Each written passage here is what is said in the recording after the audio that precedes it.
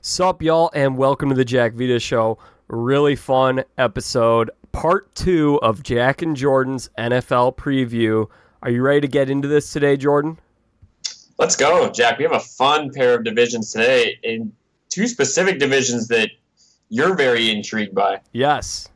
These two divisions are the most important ones to my life. Might be a little dramatic statement, but they carry the most weight because one is where my team plays in, and I will not refer to them as we at any point in this podcast. They are the Pittsburgh Steelers. And you're one of those. You're one of those guys. I think you should be objective. No offense to Chase, who did a marvelous job, but he's not a journalist. I consider myself a journalist to some degree, so I try to be as unbiased as possible. And by the way, Jordan, if I am tooting the horns of the Pittsburgh Steelers today and people are sitting in their cars and they're like, oh yeah, this guy's really biased, I just want to point back to everything I've said about the Cubs this year. That is, the Cubs are basically your point of non-bias. If you're trying to prove to your listeners that you are not biased, have them listen to you talk about the Cubs. Have them watch you tweet about the Cubs.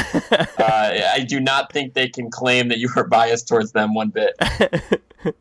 Yeah, I think I'm pretty objective. So today's going to be a lot of fun. And then the other one is you and I both live in the Midwest. So I think the NFC North is a little more of a Midwest division than the AFC is. It is a Midwest division, but it's also a combination between Midwest and East Coast. Yeah, and I think with that too, with the NFC North, we get kind of a vibe almost of, how the fans are feeling towards their teams in the NFC North heading in. So it's a nice little dynamic that we don't necessarily see about all the other divisions. But really, really looking forward to this division this year, and looking forward to get into it here. Well, before we bring in our guest, Jordan, how do you think our last one went? Pretty good?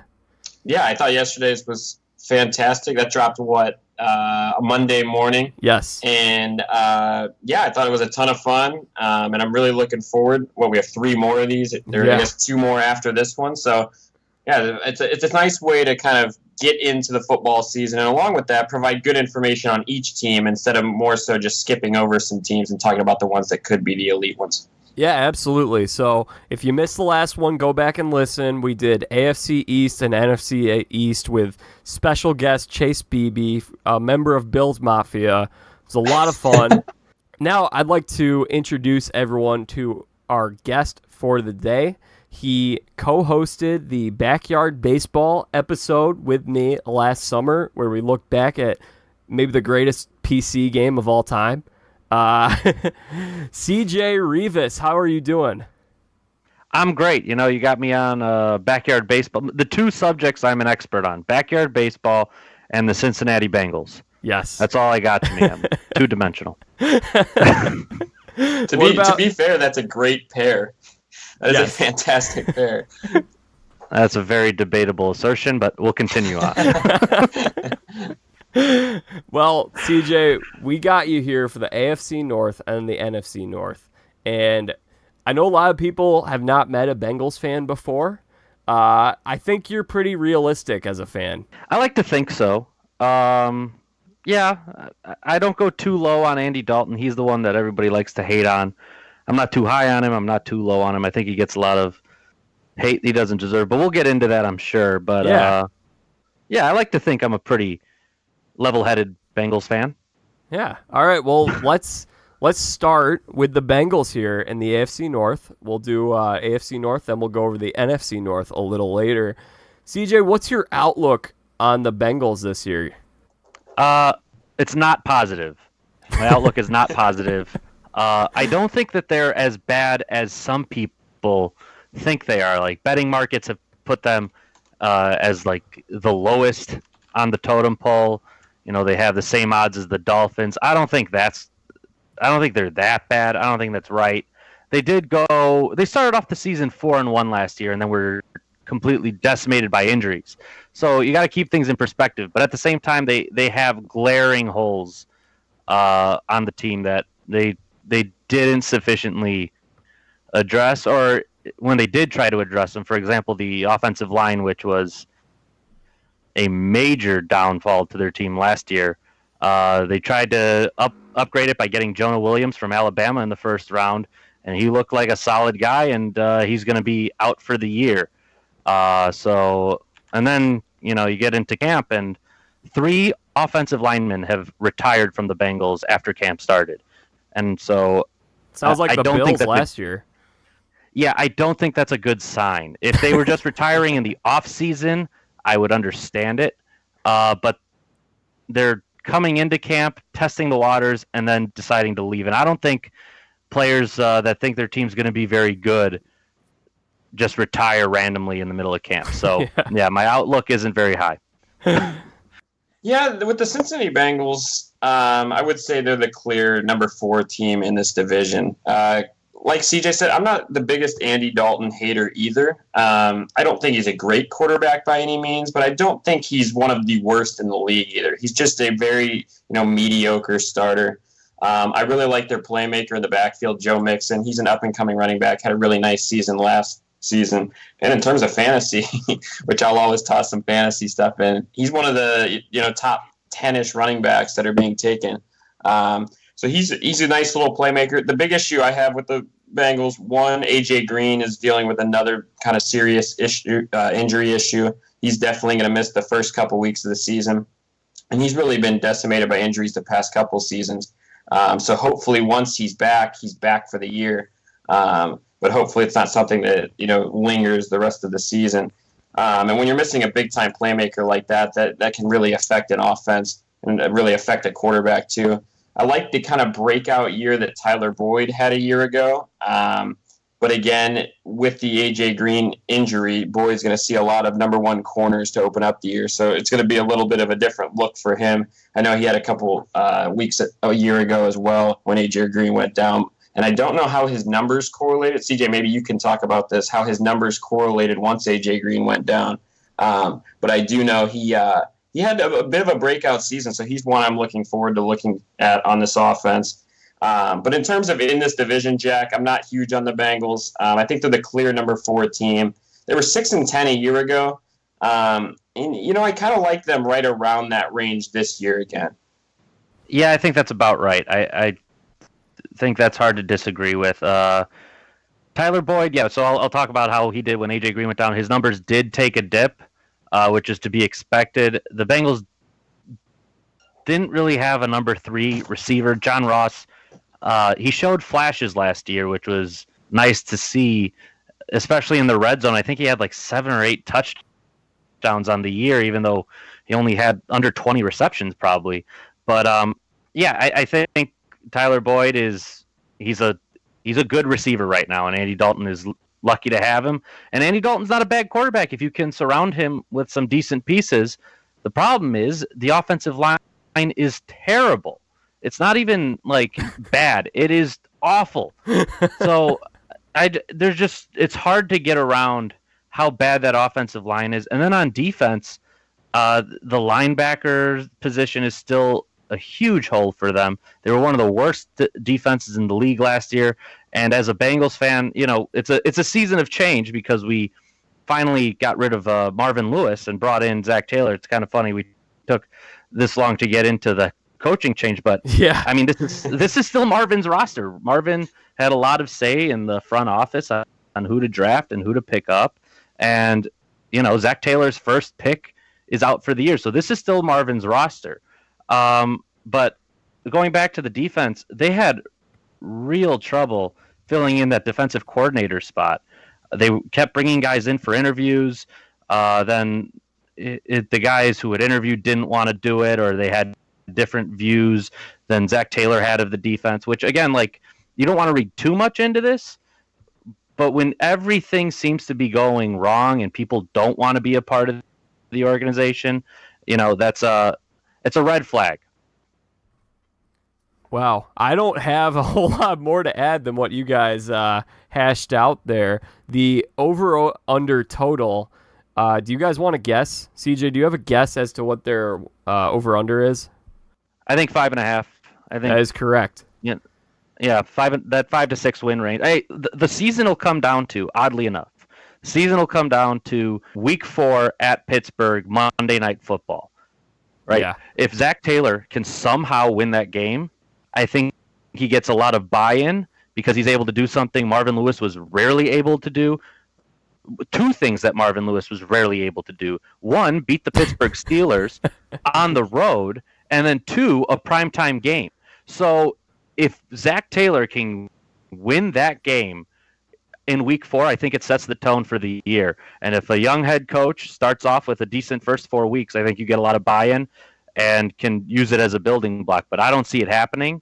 But that's the game to look out for the season for sure. It's a great point. And I think 5 or 6. That's right where I have him as well, Jack. I think that's a great assessment. I think Vegas is pretty much spot on with the 5.5. Would you guys go over or under? I'd go under. Yeah, I think 5. I think 5 and 11. Yep. I'm with you guys on that. So Yep. I'm gonna go back to you, CJ. Yeah. As a fan of a team in this division, which team do you see as the biggest threat to the Bengals to win the division? The biggest threat to the Bengals. Oh, let's see. Baltimore, Pittsburgh, Cleveland. The biggest threat to the Bengals is Cleveland. Is the Cleveland Browns. That was, even in our darkest years, that was the team that we could feel better about when we played them. And that really turned around last year, and it doesn't look like it's getting any better this year. So it's an in-state rival, bottom feeder of the division traditionally, and all of a sudden they're looking like, budding almost Super Bowl contenders. But they're a threat to the fan base, which, by the way, the fan base for the Bengals did not show up to games last year. It was one of the worst attended games, and I don't blame them. I wouldn't either. I stopped watching them after I got sick of it. But anyway, that's one of the reasons Marvin Lewis got fired. If fans kept going, he'd still be there. But yeah, Cleveland is the threat because it's an in-state rival. They're no longer the bottom feeders, and now the Bengals don't have anybody to pick on in their division or 2 easy wins to come by. Now it's taken a turn. By that same token, would they be your pick to win the division? No. I would not say that they're my pick to win the division.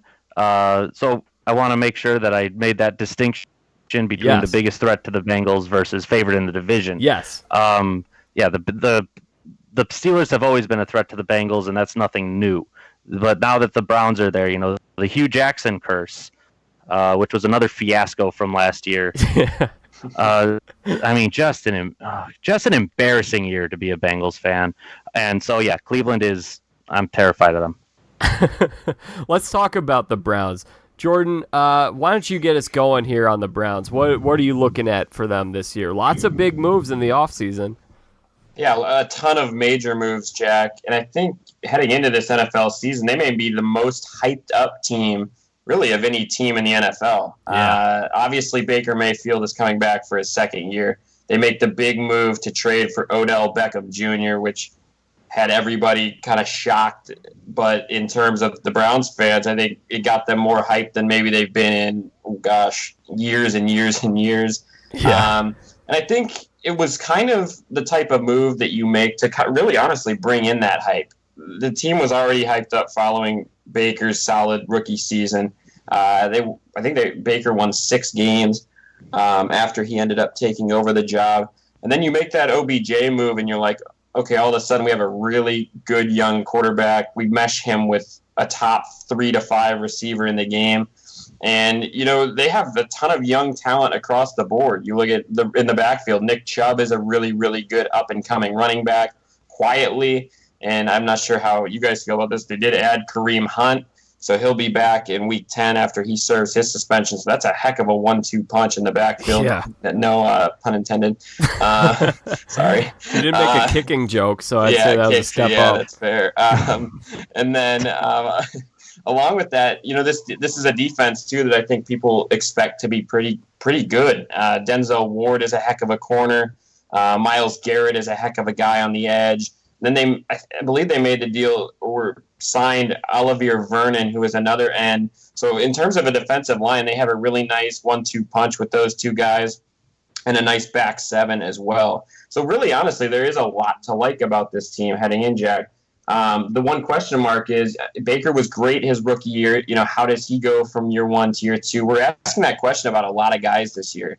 And in terms of teams with a chance to potentially make a really big splash and make the postseason, Baker Mayfield may be the most important of those guys that we're going to talk about making a splash from year one to year two. You say that Baker was great. I think he was good. I don't know if I'd say great. I think Mahomes was great last year, and I guess that's technicality of how you use the word and everything. Okay. But he showed a lot of bright spots. He was so polarizing coming in the league. He was like, it was 50-50. You either thought he was the next Manziel or you thought he was a Super Bowl winning quarterback, or at least a franchise quarterback, I should say. Now it seems like 70% of the opinions I hear are more in the franchise quarterback category, and it's the minority is the ones who don't think he is. And I wouldn't put myself on either side yet. I just want to see more. As you mentioned, I want to see more from this guy.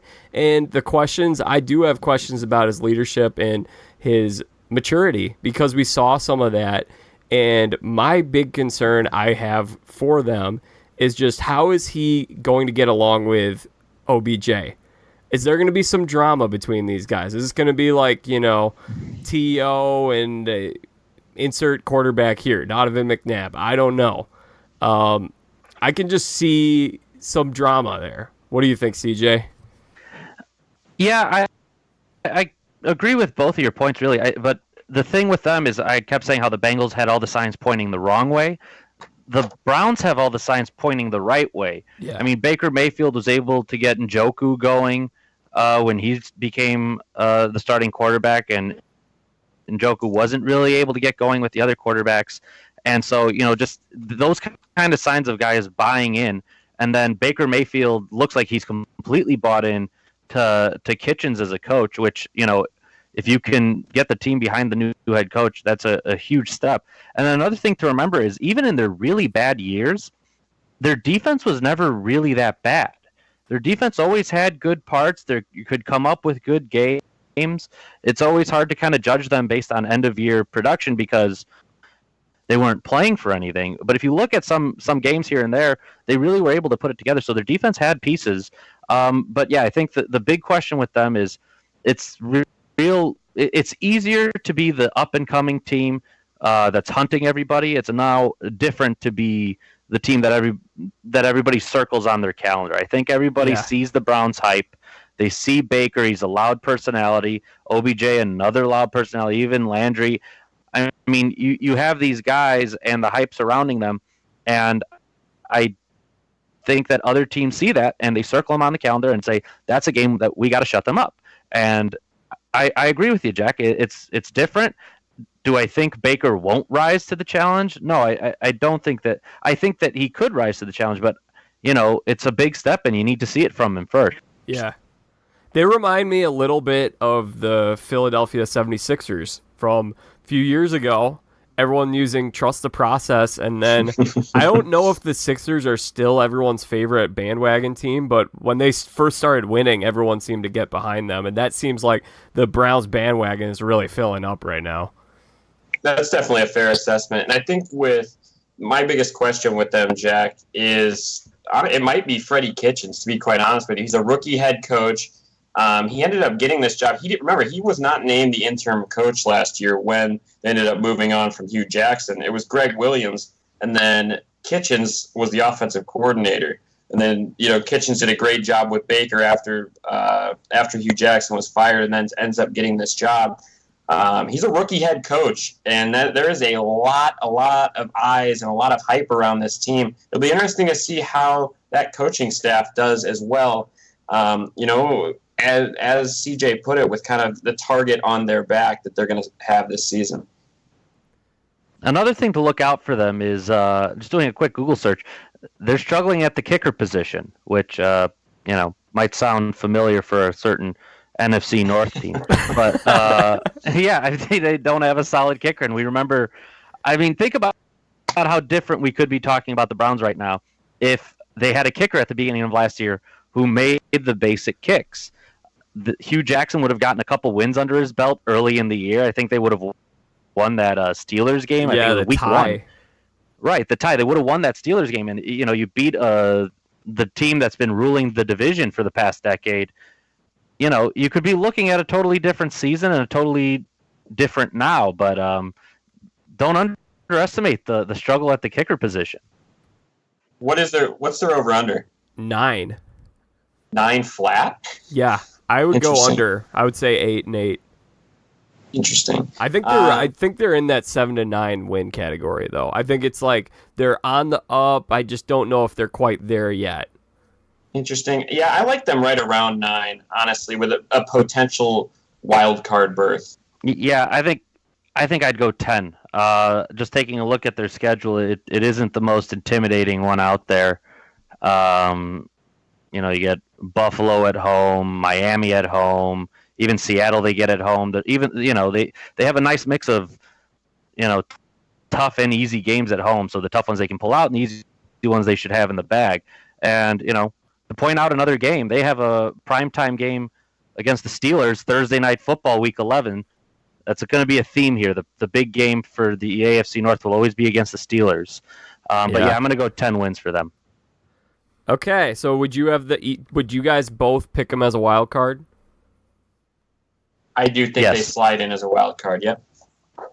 All right, I do not have them in. However, I'm still kind of figuring out who I'm going to pick in the AFC as a wild card because I didn't pick anyone in the East, and I'm not picking the Browns or the Bengals. So we'll see. Stay tuned. I like the South and the West as better feeders for the wild card this year, personally. Yeah, you're probably right on that. Okay, let's talk about the Steelers. I'll get us started here. Yeah. Okay. Fitting. All right. So I touched on this a little bit last episode. People are ready to write them off. I'm pretty sure I've seen some places where the Browns have higher odds to win the division than the Steelers do.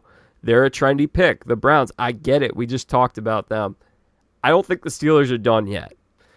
Obviously, the big ones to talk about, no more Le'Veon Bell, no more Antonio Brown. But Le'Veon did not play a single game for the team last year and he was just a distraction. Both James Conner and Jalen Samuels both performed very well, and I think they're going to be using those guys, not quite running back by committee, but I think Jalen Samuels is going to get a lot of touches as well as Conner. He looked good, and they run block very well. If there's one thing that the Steelers have proven that they are able to do over the last 20 years, it's that they can replace skill position players very well. They did it with Mike Wallace when he left. They did it with Jerome Bettis, Willie Parker, Mendenhall, you name it. So I think they're going to be okay. I think their offense, as long as Ben is healthy, I think this is the division champs. I like them a lot. I can touch on some of the other counterpoints that people are going to have in a second, but let me get CJ in there. What do you think? Yeah, it's hard for me to see the Steelers having that big of a drop-off, and I don't even think they're going to have a drop-off. The thing is, it's now all on Ben and Tomlin, right? It's before you could point to the drama with AB, you could point to the drama with Le'Veon Bell. Now you can't do that. So now it's 100% them, right? If the team doesn't do well this year, people are going to look back at this era and go, the problem was always them, and we made the wrong decisions around that. But I don't think that's true. I don't think that they're a problem. The problem that they've had, I think the last 2 years at least, is just very inconsistent play. They kind of struggle out of the gate, play 500, a little maybe sub 500, and then turn it on in that mid to end season run, and then they have some bad efforts in there, like last year with the Raiders. It's just a bad effort. You can't lose that game. Yeah. Ben got knocked out of that game. There was that weird snap. There was some weird stuff in that game happening. But yeah, you got to win that game. Yeah, even still, it's a bottom team. It's a win that you got to have. And so I think that now they have more of a chip on their shoulder than they have had probably in a long time. I think that they were able to kind of coast and be that second team to New England for a good while in the AFC, and then just hope that they would be able to turn it on. I think now that there's a sense of urgency behind them and a desire to kind of prove people wrong. And I agree with a lot of what you said, CJ. I like the Steelers a lot this year. A stat I always like to bring up when we talk about Pittsburgh, Jack, is the fact that Mike Tomlin, has never had a losing season. Yeah. And his quarterback, Big Ben, hasn't had a losing season in games he's played since 2006. So when Big Ben and Tomlin have been together, they've been absolutely fantastic. I like a lot of what they did this offseason, too, quietly. I love the Devin Bush draft pick that they made in the first round. He's a linebacker out of Michigan. He's been fantastic so far in camp, and he's looked good in the preseason as well. So I really like that piece. And they have some young guys, too, that I like. TJ Watt is a guy who I followed, of course, JJ Watt's brother. And he's looked like a high-impact player on the defensive side of the ball as well. And along with that, they brought in Dante Moncrief this offseason. And, Jack, you made a good point in how they seem to replace skill position players so well. And it just seems like Big Ben can make so much out of nothing in terms of receivers who maybe haven't had success elsewhere, but then when they're with the Steelers, they do great things. Mike Wallace is a good example of this. He had a couple nice seasons for the Steelers, and then elsewhere he wasn't able to do anything. I think Moncrief quietly could be a nice wide receiver, too, for this team behind Juju. So I really like that offseason signing. Overall, I just really like a lot about this roster. I think Vance McDonald has a chance to be quietly a nice little breakout tight end for them because he's always split time. They had another tight end. Jesse James, that's right. And I don't believe James is there anymore. So I think Vance McDonald could potentially be a nice little piece for them because he has big play potential. And then you guys touched on their backfield a little bit. James Conner looked great last year. He really did. And this is an offense, with such a big threat in the pass game with Big Ben there, there's going to be holes for the running lanes. And I think James Conner, we saw that a little bit last season. Jalen Samuels has done a nice job too. So there's a lot to like about the Steelers. I actually like them to win this division. I think around 11 wins, 11 to potentially, if all goes well, 12-ish wins for them. I would agree with the 11. I also want to add that we didn't talk about Juju much. He bested AB in a lot of categories last year, so he could be a great fantasy option this year as a WR1. And now I know the counter argument is going to be that he was matched up against the number 2 corner, so that's a legit counter argument. But I think they're going to be all right. I also have them at 11 wins over their 9. And with Juju, I think he's going to be kind of not necessarily a boomer bust, but I do think we'll see this season where, there will be a couple of games throughout the year where he does get shut down by an opposing one corner. But when him and Roethlisberger are on point in games, he has the potential to have those 13-catch, 150-yard games. So I think the volume will be there for Juju throughout the season. So even against number 1 corners, I do like him a lot as well, Jack. One other thing I'll add, and I'll go over to CJ, it's that last year was such a weird year for the Steelers, as CJ mentioned. Typically, the first half is when they struggle, and then they play their best football in November and December. I remember looking at some stat where their record in November and December over the Tomlin era was just so drastically different, so much better than their September and October record, or at least maybe it was weeks 1 through 6 versus 7 through 17. They were typically a second-half team. Last year, they had so many weird things happen to them down the stretch, and that could be a product of any number of things. But if you just look at some of those games, how they lost them, I just don't think that there's going to be a repeat of some of those things that happened. If you look at the Saints game with that horrible pass interference call 40 yards down the field, that swung the game huge on the road. Jack, I remember you texted me that day about that call right when it happened. Yeah, and I don't have any sympathy for Saints fans. because of that.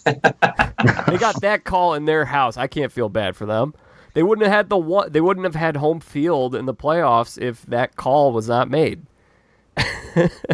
But there was that Broncos game where the guy gets blocked into the interception, and there's just weird stuff happen that failed botched snap on the extra point, all those penalties against the Chargers when they were kicking a game-winning field goal. Now that is more a product of maybe bad discipline, but I just don't see those things happening again down the stretch. I think, as CJ mentioned, they're going to be much more on their guards for those kind of games this year, and I've got them at 11 wins. What do you think, CJ? Yeah, I think I'd go 10 wins, and then they'll beat the Browns on a tiebreaker. But I think we could see them, again, not necessarily struggle out of the gate, but not be tearing it up out of the gate. I mean, you look at their schedule. In their first 6 weeks, they have 3 primetime games. You start week 1, you have New England. Week 4, you have Cincinnati. Week 6, you have at Los Angeles. I mean, that New England and Los Angeles game on the road, primetime, are tough games. And then they have Seattle week 2. So you could see them kind of getting off to maybe a 3-3 start at the beginning of the year. And then they have their bye week 7, which looks like it comes at a good time, and then have their typical November-December run. I mean, you look at the schedule; it's prime for that. I'm going to go 10 wins, and wouldn't be shocked if they get to 11-12. You guys also mentioned, I think their defense has been getting better over the last couple of years with Watt and some of those other guys.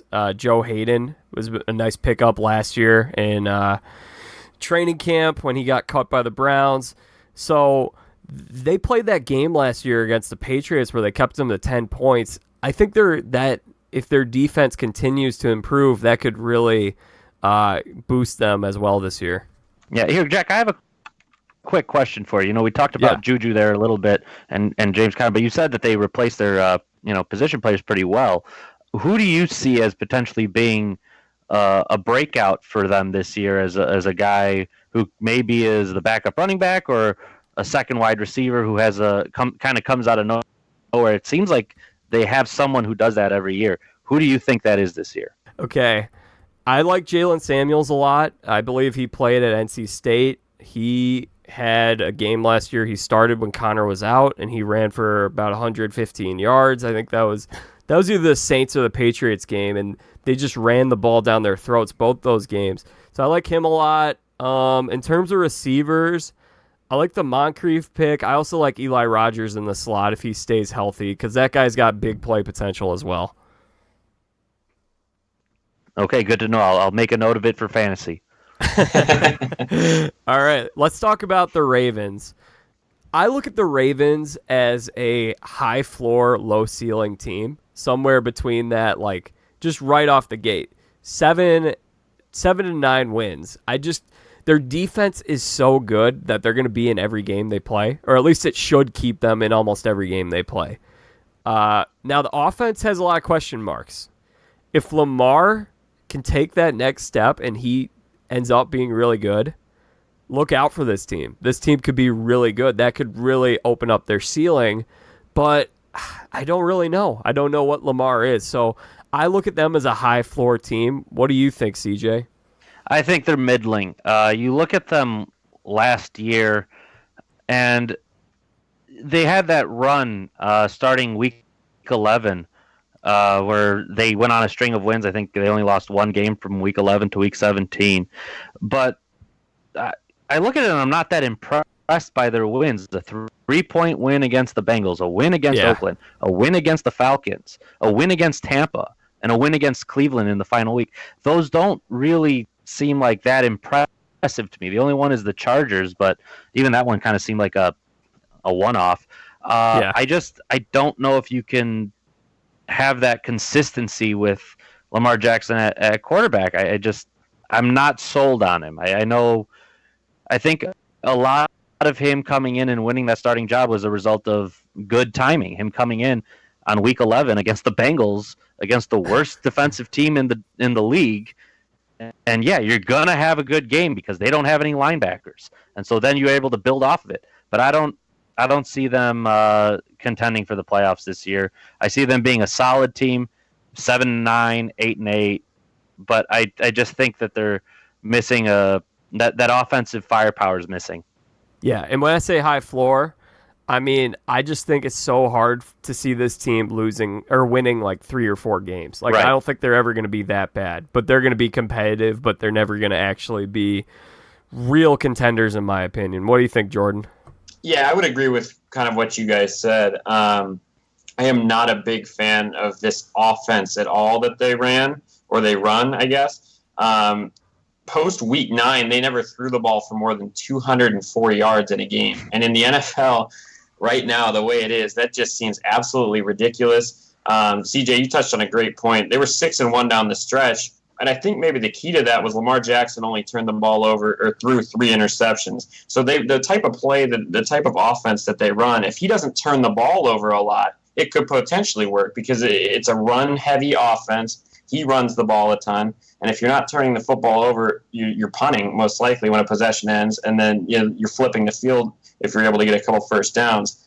They're just trying to wear down defenses as games go on.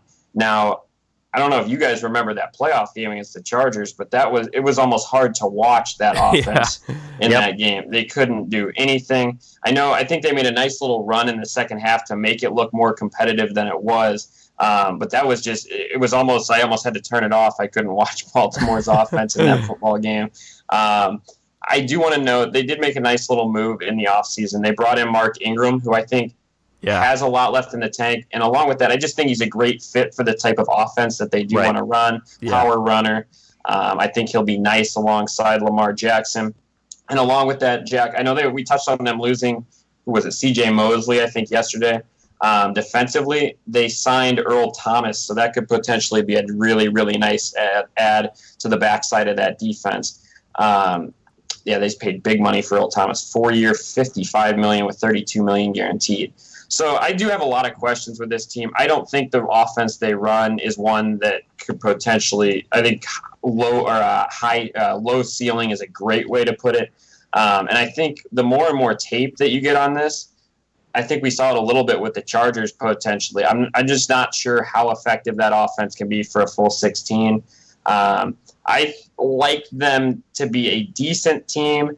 I think 7-9 is a great number for them. But I can't see this team. I just like the Browns and Steelers a lot more than what I'm seeing with Baltimore. Yeah, I would agree. So their over-under is 8. I would go under, I think, maybe 7-9. I like 7-9 as well. Yep. All 7-9. They're just tough to get excited about. There's nothing about them that makes you want to turn them on and watch the game. They're just a regular team that's going to have to grind out some wins, and they will do it because they have a good coach and have a decent roster for it. But yeah, they're not built for contending for a Super Bowl. And I will say, you made a great point. I think if they're going to have a great year, they're very well coached and they have a great defense. So I think those are the two things that could potentially push them if they are able to make a nice run. I think the Ingram ad, as you touched on, is nice because can you guys even name who their primary back was last year? Oh, geez. It was, I think it was Buck Allen. Yeah, they had a couple injuries too. I think their number one was injured a year ago. Wasn't it Lamar Jackson? Pretty much, yeah. Okay, so let's go over to the NFC. Guys, let's start with the Bears because this is probably the team that we're going to end up saying the most about. Really interesting offseason. They brought in HaHa Clinton Dix, which I think was a great ad. Their defense should be excellent once again. Maybe not put up the same kind of numbers they did last year because they had 6 defensive touchdowns, and they have a much harder schedule this year. Last year they were playing a 4th-place schedule. This year they're playing a 1st-place schedule. Having said that, they also decided to part ways with Jordan Howard, which I don't fully understand. They drafted David Montgomery. They signed Mike Davis, so they got 3 running backs that they like with those 2 and Tariq Cohen. We talked a little bit about the Howard trade yesterday, Jordan. Okay, yeah. Look, I have a lot to say. A lot I want to say about the Bears. This team, to me, reminds me a lot of the 2000. Let's see, it would be 2000 last year, heading into the year Jaguars. It was a team that was in a clear rebuilding process. Has a fantastic defense. The Jags had a phenomenal defense that helped them make a run in 2017. Bears did the same in 2018. The similarities between these teams, Jack, are seriously almost scary. In terms of the quarterbacks, I don't want to say Mitchell Bortles, but I do think there are some serious comparisons there that could potentially be accurate. Trubisky, he's a very turnover-prone quarterback. He threw 7 TDs, 7 picks in his rookie season, and then a year ago had 12 picks. Now, he was really, really effective, guys, early in the year, a year ago, and that's kind of the one game against Tampa. He had 6 touchdowns and 0 picks, so that kind of, inflates the numbers. But after including week 11 and on, he played in 5 games. He was injured for 2. He had 5 touchdowns, 5 picks. So in his last 5 games, he had 5 TDs, 5 picks. That to me screams, and they had the new head coach in Nagy a year ago. That screams to me maybe defenses started to figure out what they were doing a little bit. So now it's going to be really interesting, I think, heading into this year after a full off season. How can Trubisky take the step from year 2 to year 3? Like I said, he got off to a great start last year, but really wasn't very good down the stretch as the year went on. I think the comparisons are very similar in the aspect of, too, the Jags had the same flip of the 4th place to 1st place schedule that the Bears will have this year as well. And I think a lot of, in terms of how good the Bears are going to be, is can that defense be as good as it was? Because if they aren't as good, I'm not necessarily sold on this team in terms of and this is one of the most polarizing teams in terms of where are people projecting them, because some are saying, wow, this team's going to win the division and win 12 games again. And I think others are saying 7 and 9, depending on how certain things go. I will say I do like their receiving core a lot. I think it's a good receiving core for Trubisky. Love A-Rob as a number 1. They have Taylor Gabriel, who's a really solid number 2. Anthony Miller's another good guy there. And Trey Burton is a tight end. He dealt with injuries a year ago, but I do like him a lot. But I'm going to be honest, I don't like their backfield a ton. And I think Trubisky would benefit from a good backfield. I guess maybe the question mark here is, can David Montgomery, the rookie they drafted, end up being a really good rushing piece for them? But I don't like the idea of Cohen as a number 1. I like him more as a receiving back on 3rd downs. And Mike Davis, he's kind of floated around teams. He had a decent run with the Seahawks for a bit there, I believe. But I don't love their backfield. So there's a lot of questions here with this team for me. I think the 1st place schedule could potentially be scary. And along with that, I think Minnesota and the Packers will both be better than they were a year ago. So I think this is definitely an interesting situation for the Bears. I don't like them to win this division, but I do think they'll be right there in terms of a wild card berth. I like them around 8-8 to 9-7. So I wouldn't be in character if I was too high on the Bears. Never have been high on the Bears. Never wanted to be high on the Bears. Always like kind of bashing them.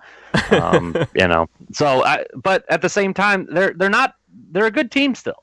I see the comparison with the Jaguars, but I think Trubisky is just better than Blake Bortles. I think he has more to offer than Blake Bortles, and I think he has a better coach than Blake Bortles had. I think Nagy and Trubisky really work well together, and I think they come up with an offense that uses his athleticism well.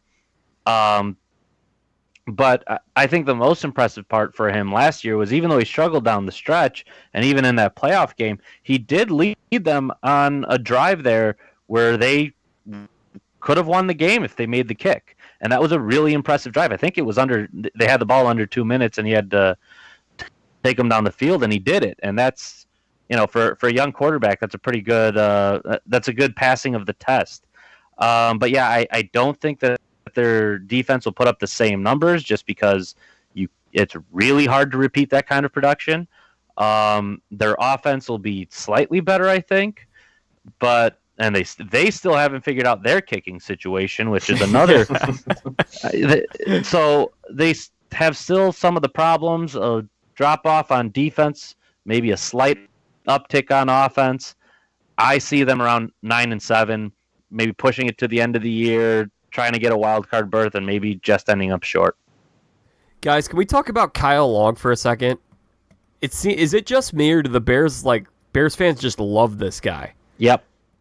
And it seems like regardless of whatever hot-headed antic he does, they're like, oh, yeah, that's just our guy. He's crazy. He's funny. This guy just got suspended. He didn't play in the preseason game, or at least he wasn't there. They didn't have him come. At a workout, he took this D lineman, he was a rookie, I don't know who it was. He took the guy's helmet off and started swinging it at his head. He was trying to get him with his helmet. At what point are we going to have, I heard some Bears fans are, oh, yeah, that crazy Kyle Long, he's so funny. I hadn't even heard that story until you just mentioned it. Yeah, I hadn't that either. Wasn't a bigger deal. Yeah, don't worry. As a Bengals fan, I'm a little too used to it with the whole Vontaze Burfict Pac-Man Jones thing, having to defend ridiculous behavior on and off the field. He's not at that level, thank God. But, geez.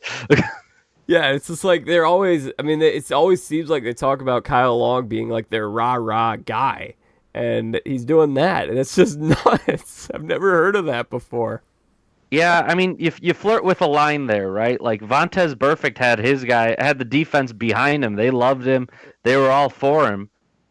But then he pushed it too far, too many times, and tried to take off Antonio Brown's head and said that he was faking his concussion, and then we could go on and on. But yes. You flirt with a line there where you're the rah-rah guy, the team's behind you, and they feed off your kind of craziness, and maybe overstepping it. Yeah. So I got the Bears. Oh, man. So they're at 9. Is their over-under? Oh, gosh. Great number, by the way. Yeah, that is. I could honestly push. If I had one push I could use, I would use it there. So not too high on them, but not too low either. Yeah, I think they're going to win 8 games with that defense, kind of the way Baltimore does.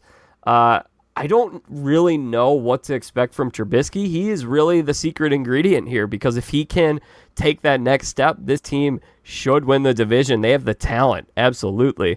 But if he's fine, if he's okay, they can still win 9-10 games with that great defense. Yeah. If he's not fine, then you got a problem there. Well, they're a prime team that seems like they can get off to a pretty hot start, and then maybe down the stretch falter a little bit. I mean, you look at their last 4 games.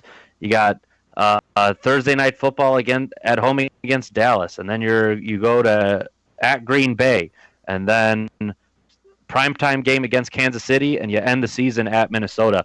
That's going to be a real test and a real tough 4 games to end the year on. Yeah. Especially if they're in the heat of a playoff race. And all those other teams could be in their own playoff races too.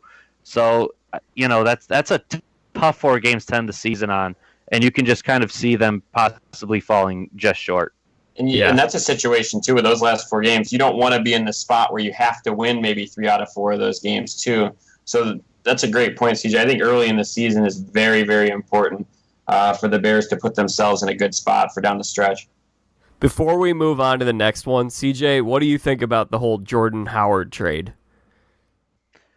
I don't know. I'm lukewarm on it. I know you both are real cold on it. I'd say cool. I wouldn't say ice cold. I'd say cool. Yeah. I think Nagy kind of has an idea of where he wants the offense to go, and maybe didn't see a role for him anymore, and so they kind of decided to do that. So, and he's given me no reason to doubt him thus far. He turned that offense into a pretty productive offense, especially when you consider where they were before he got there. So I think that's just one where I defer to him, and I think it's fair to say we'll trust you on this one. You earned it. Yeah, that's fair take. It does feel a little bit like he wanted to bring in his own guy. I think he deserves a lot of credit for the offense's success, because there were some struggles with Ryan Pace, some of the guys he drafted, Kevin White, in the past, but I think Nagy is kind of the brains behind that offensive operation in terms of going out and getting A-Rob or Taylor Gabriel, you name it. So we'll see. Okay, let's do, just to clarify, do either of you guys have them as a wild card? I do not. I think they'll be right. I think they'll be right around the wild card. Yeah, close, but no cigar. They'll fall short, and I'll enjoy every moment of it. Oh, my goodness. But I'm going to have to deal with them, starting off the season strong and being, having to see so many tweets about how good they are. So I'm just going to hold out hope and wait for those last 4 weeks. A little Christmas gift. Chicago radio is going to be tough for the first couple months. Yeah. Okay. All right. So neither of us have them winning the division. I'm going to, each of you, I want just a one-word answer here. Vikings or Packers? Vikings. That'll work. We're all on the same page with the division champs. Let's talk about the Vikings. CJ, why you got the Vikings? Because I love Mike Zimmer, and the Bengals should have never let him get away. Yeah, that's why I love them. But I mean, yeah, they were a really good team 2 years ago. They have a quarterback who's better than what they had. Kirk Cousins might be. Well, it depends on who you talk to. He's either really overrated or he's really underrated. Yeah. And so, I just think that they had offensive line problems last year, and I think that I'm not too in touch with what they did in the offseason, but from what I remember, I think they took steps to fix that. And I think just teams that are solid, that don't have huge holes or have multiple holes on the roster are always the ones that you look at for the bounce back year. And the Vikings didn't have that. They still have a solid defense with Mike Zimmer as the head coach, and Kirk Cousins that offense will be productive. You have two really, really good receivers and a really good running back. So I see them having a really good bounce back year. I heard you wrong, Jack. I was cool with talking with them next, but I do not have them winning the division. Wow. Okay. My fault. I think that they're in terms of where their record will be. I think they're in a similar spot to where the Bears will be. I like them right around 8 to 9 wins. I agree with you guys. I think there's a lot to like about this team. I'm huge on Dalvin Cook this year. He struggled a little bit to stay healthy to open up his career, but I think he kind of breaks into the scene as one of the big-time breakout running backs this year. And really, if you look at their depth chart, you guys touched on it, they don't really have that many holes. It's one of the nicer depth charts to look from top to bottom. I'm just not completely sold, on Cousins winning the big game. I don't have the stat with me, but I know when it matters most, Kirk Cousins is not necessarily the guy who has produced at the highest level. Now, given I do think he has one of the best receiving cores to throw to in terms of Diggs, Thielen, and then Rudolph. But I just don't know if I trust Kirk Cousins enough. I think he's, kind of a middle-of-the-road quarterback. I don't think he's elite or even great, but I do think he's solid. And with this roster, I wouldn't be surprised if they made a run as long as he performs like a good, breaking back into the scene. What were they a year ago? They were 8-7-1 a year ago. I think 9-7 fits this team. I think maybe a game better than they were a year ago. So I want to talk about Kirk. Of course, you always want to talk about Kirk. I think that whole talk sounded so familiar, but go ahead, Jack.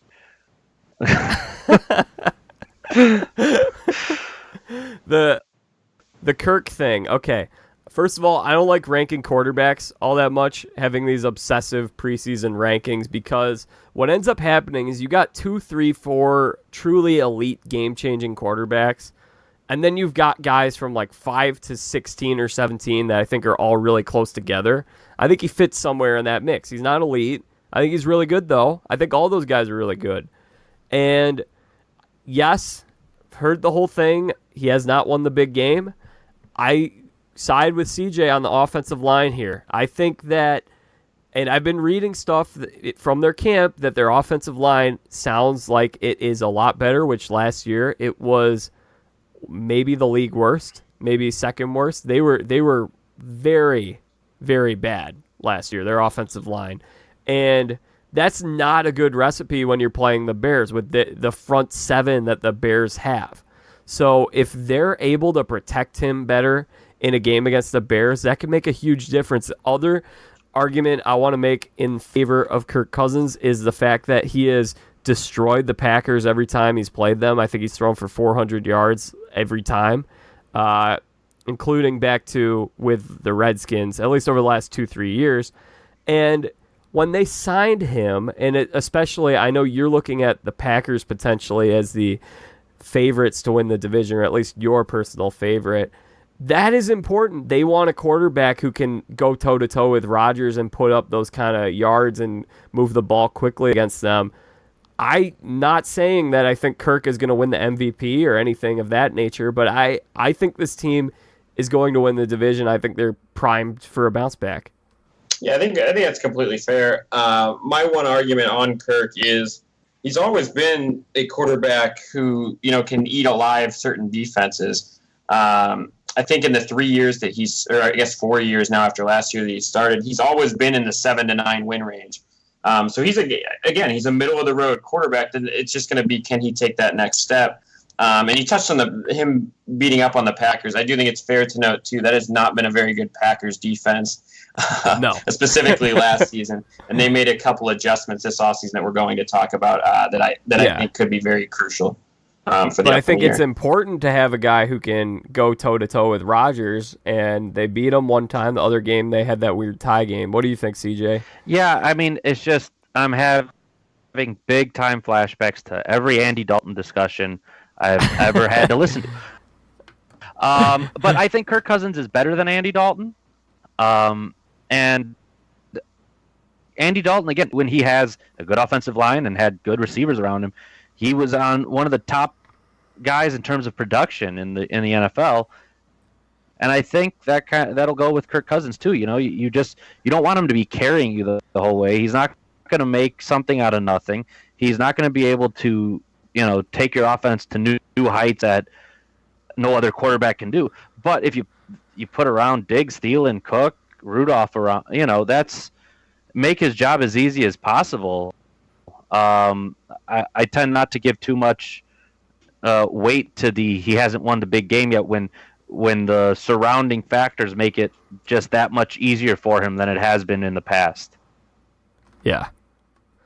Okay, so CJ and I'm guessing are going over on the Vikings, yes. Which is, let's see, Minnesota Vikings 9. I think they're an 11-win team, I would say. Or maybe 10, actually. I'm going 11. It's crazy how on point Vegas is, isn't it? I think 9 is a fantastic number. I think that's right where I would have them. I think this division could be comparable to the baseball division here in the Midwest, the NL Central, where you could have top to bottom no really bad teams. Everyone is good enough, solid, but no one's great. And so it wouldn't surprise me if 10-6 won you the division in the NFC North. Yeah, so Vegas has the Bears and the Vikings both at 9. Yeah. Okay, there you go. And they've got It'll be interesting to see what they have for Detroit and Green Bay. Yeah. Well, let's do the Lions first, because I feel like if we do the Packers, there might be a lot of people who leave after that. Fair enough. All right, Jordan, what can you tell me about this Lions roster heading into the season? Look, I think they get joked about a lot. But I don't think they're nearly as bad of a team or anything as people make them out to be. Look, they were 6-10 last year, but their differential was only -36. So really, they weren't that bad of a football team a year ago, and it was a first-year head coach as well. Matt Stafford to me is a lot like you mentioned it in the last segment. Kind of, there's those top couple, and then the next 10 to 15 could go anyway. Stafford is in that group, no doubt about it for me. I I actually like him probably more than most do. I think he's a pretty dang good quarterback. And he's been kind of in the part where he really hasn't had great weapons for himself in a while. I think this year is going to be really interesting for them because I think it's a very tough division. That's 6 games against 3 potential very good teams. And if you're Detroit and you're going to try and win 8 games or whatever, which could potentially be their peak this year, or maybe 9-7, I'm not going to have them that high, but they're going to need to win at least 3 to 4 of those games, and I just don't see that happening. But I'm not as low on them either. I think they're going to be a decent team. They're going to be a team that people look at on the schedule and maybe mark as a win, but it's going to be a tougher game than you think it is. I like a lot of what they have. I love the draft pick in TJ Hawkinson, the tight end out of, I believe, Iowa. He's shown some great signs in the preseason. I think he's going to be a great piece for them for years to come. He's a really dynamic tight end, and I think 3 years down the road we could be looking at him as one of the best in the league. And across the board, he has some solid weapons. Stafford does. Kerryon Johnson is a potential breakout type back, and they backed him up with CJ Anderson. We know CJ Anderson had a nice little run in the playoffs a year ago.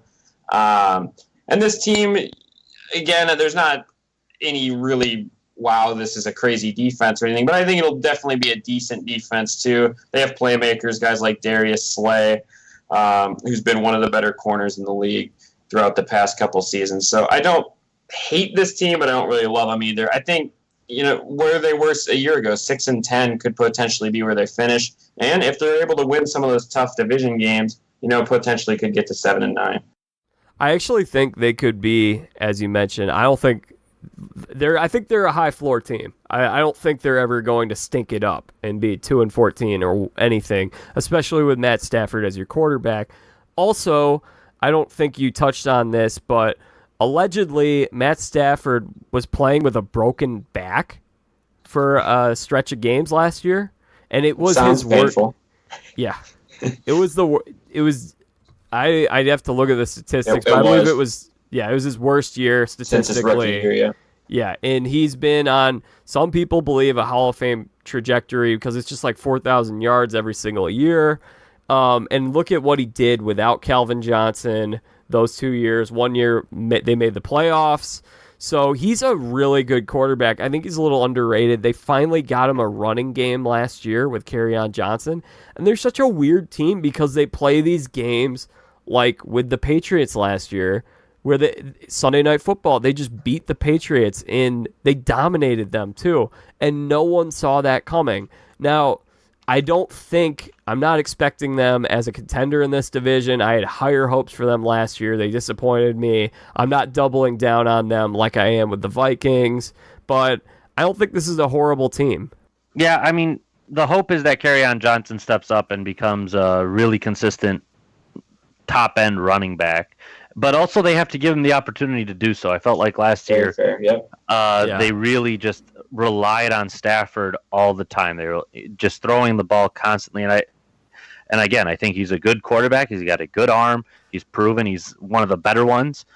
But I don't think he's at that level.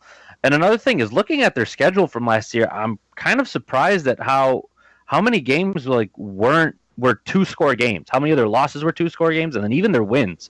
They didn't really have that many tight games. So when you look at teams that you think are going to turn it around in the next year, generally you look at the previous year to see if they were in close games and just kind of not getting over that hump and not finding a way to win.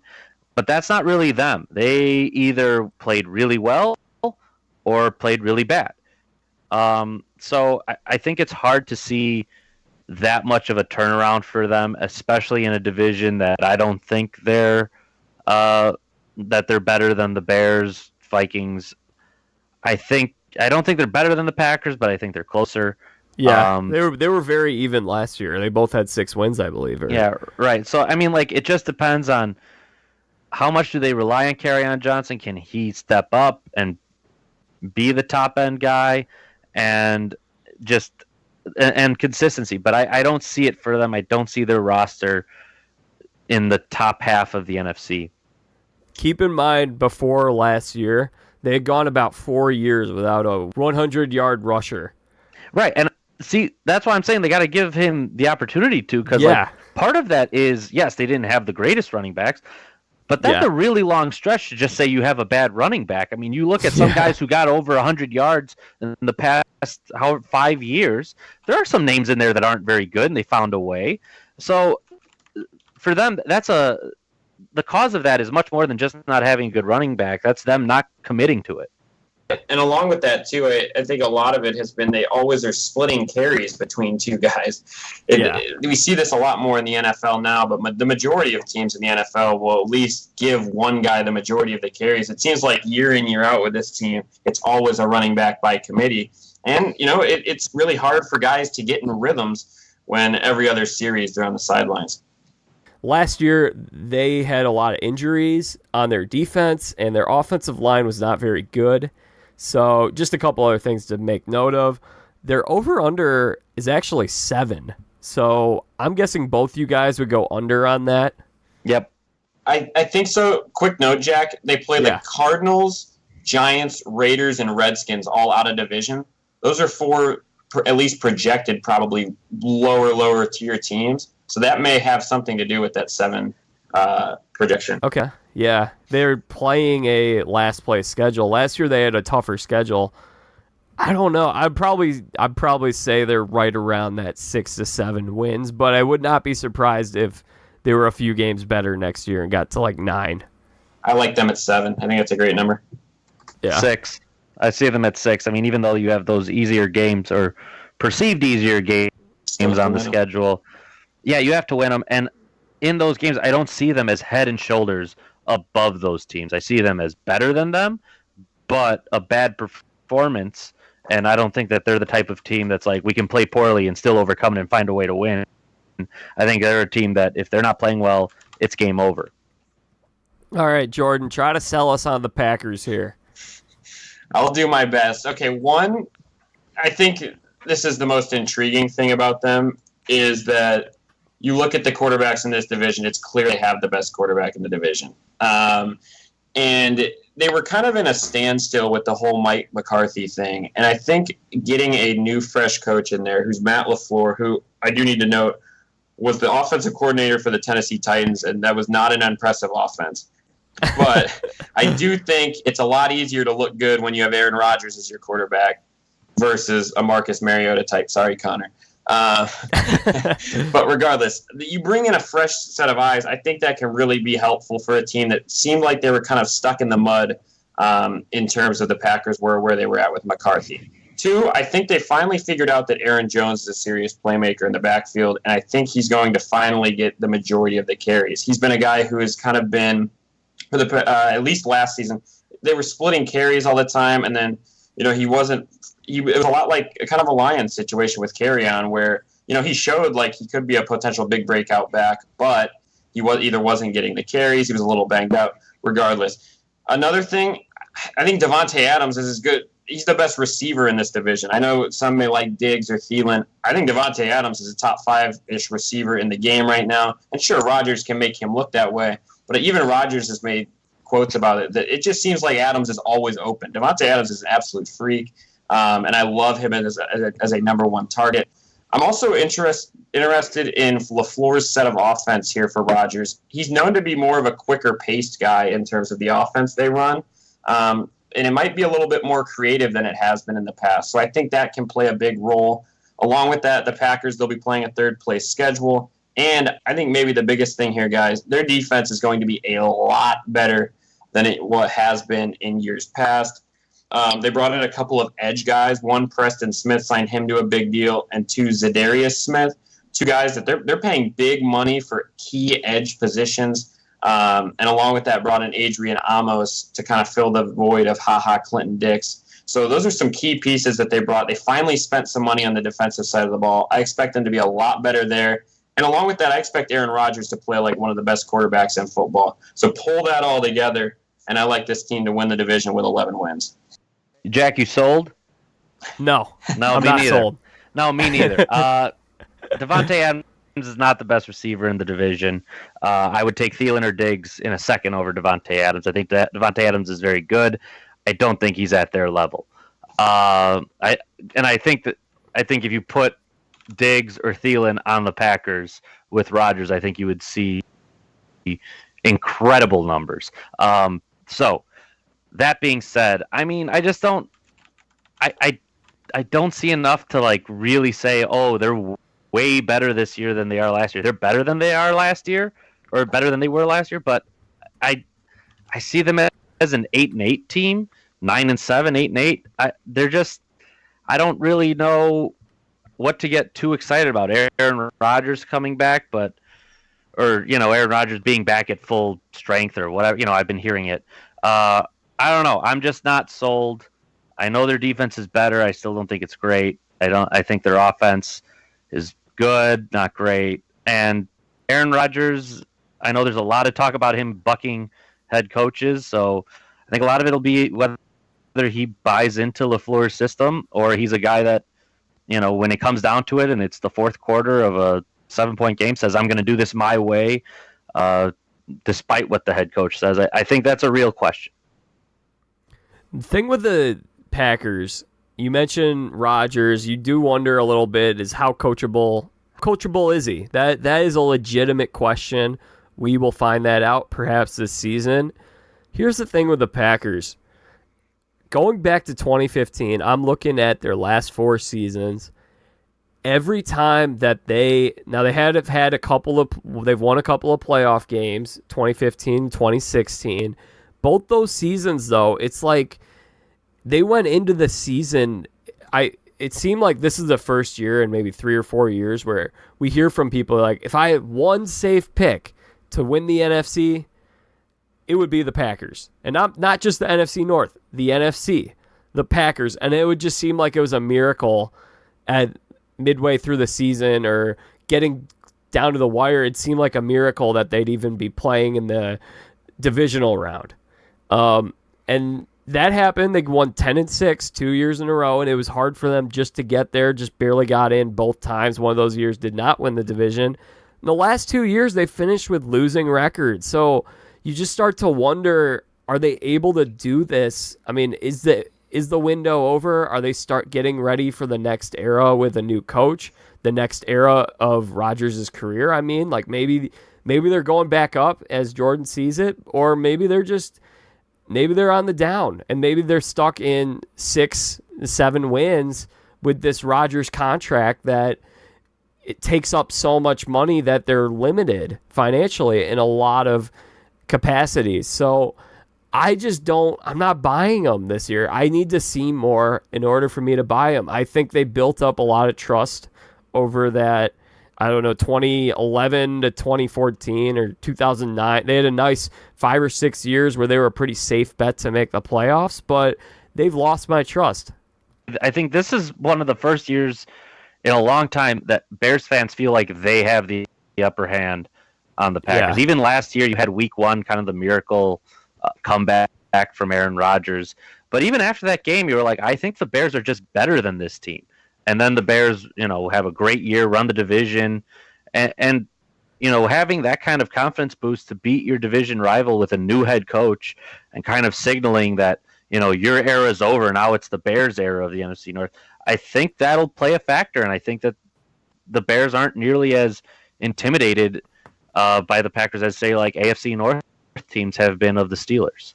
Yeah, that's a good comparison. And with that, I do want to note it's a lot easier to be the team that potentially is listed as that underdog, where a lot of people are seeing the Bears as a favorite now, which could play a role in this upcoming season. Yeah, that's a good point. So their over-under is 9. I'm going under. I think they're around 7 or 8 wins. I like them over that. I have them at 11. 8. Yeah, I'm right about 7 or 8. Yeah. It's definitely one of those two. Okay, so Jordan, you have them winning the division. Did you you didn't pick anyone from this division as a wild card? Jack, I didn't necessarily pick my wild card teams yet. Okay. So I don't have that information for you. All right, we'll come back to that in the last edition of this. Okay, what about you, CJ? Any wild cards you see in this division? I mean, I could see the Bears. Yeah. And I don't know if I'm sold on it yet. Again, I'm kind of in the same boat where I have to make see what the teams are that I think are going to win the division, which ones I think are going to go to the wild card. But yeah, I don't know. I think the Bears are the only team that I see as potentially making that wild card, and I really like the Vikings. CJ, thank you so much for joining us. Before we get you out of here, do you want to give us your Super Bowl pick? No. I have not thought about that too in depthly. I'm just been following the Bengals news really closely and getting more and more disheartened with each new development. So hopefully Who Day 2020. So you're not too excited about this football season? No, it's hard to get excited for this football season when you know Andy Dalton's going to be on the run the whole time. And then there's going to be the whole, do we re-sign him? Do we not re-sign him? The offensive line is awful, but is it maybe not his fault? I already know how this storyline is going to go, and I'm already frustrated by it. So no, this season is not the one I've been looking for. I have not looked forward to this season. Are there any college teams that you're excited about watching this year? Northwestern? Any college teams? Oh man, that's a whole nother ball game. No, I usually wait like 2 weeks to see. I always like rooting against Notre Dame. That's always fun because they're always, they're on NBC all the time and they're easy to root against. So yeah, but maybe, hey, go Illini, right? Lovey's going to turn them around this year. Yeah, that'd be a nice story. Yeah, it would be. Don't bet on it. Well, CJ, lastly, is there anything you would like to promote while you're here? Social media handle, anything of that nature? No, not really. I don't have anything to promote. I'm a straight up guy. What you see is what you get. I'm not here to pitch anything. I'm here to talk sports. Well, you did a great job. We're going to have you come back on sometime, maybe talk some baseball, some football, or maybe backyard football. Oh, boy. my other expertise. Never mind, there's 3 now. All right, well, thanks, Jack. Yeah, thank you, CJ. Well, Jordan, I thought CJ did a great job today. Lots of great insights there, especially on the AFC North and the Bengals of all teams. The good old Bengals. That's the first time I think I've ever had a conversation regarding football with a Bengals fan. But it was extremely fun. Yeah, CJ did a great job. And I think it was really insightful to kind of have a fan of a team like the Bengals, much like Chase yesterday with the Bills. Yeah. You kind of get a different look into teams that you don't necessarily focus on when you have these types of discussions. So, again, another good guest selection by you, Jack, and another great show. Hopefully we didn't offend too many Bears fans with this one. That's always the worry, isn't it? When me and you get going on the good old Chicago Bears. Do you think there are any other fan bases that we may have offended? Maybe the Packers a little bit. They can be a little touchy. Potentially them. I'm not sure how many Lions fans tune in, but they potentially could be a little bit offended too. But regardless, go ahead. The Cleveland fans heard what I said about them, and I don't think they're mad at me. I think they, as optimistic as they are, they may be a little tentative because it's been such a long drought for them. Oh, I think that in terms of Browns fans, they're just excited for the chance to potentially be good. That's what excites them. So anytime they're at least being talked about, I think Browns fans will be happy. All right, Jordan, AFC South and NFC South coming up. We'll probably do that one sometime later this week, maybe early next week. And Jack, I'm looking specifically towards the AFC South. Really looking forward to talk about that. Yeah. Guest TBD, by the way. It will remain a mystery. We have not locked in a guest, so you'll find out who that is once we find out who that is. Jordan, why don't you throw out your social media so people can hit you up on there? Perfect. Yeah, I'll be pretty active throughout the NFL season, most likely. It's at RealJMorandini. Again, at RealJMorandini on Twitter. That's where you can find me. And Thanks, mine is at the Jack Vita. While you're at it, subscribe to the Jack Vita Show on iTunes. It looked like we got a nice little boost of subscribers over the last few days. Lots of great feedback on the last show, so thank you very much for that. If you like what you're hearing, leave us a 5-star review on iTunes. does us a lot of good in getting this podcast out to more people. Share it with your friends. Am I missing anything here, Jordan? Just shout out to our guests. I think they're the ones reeling in the new Yeah. set of viewers, so shout out to them. Fantastic. All right. Well, we will see you guys next time for the AFC South and the NFC South. Any parting words here, Jordan?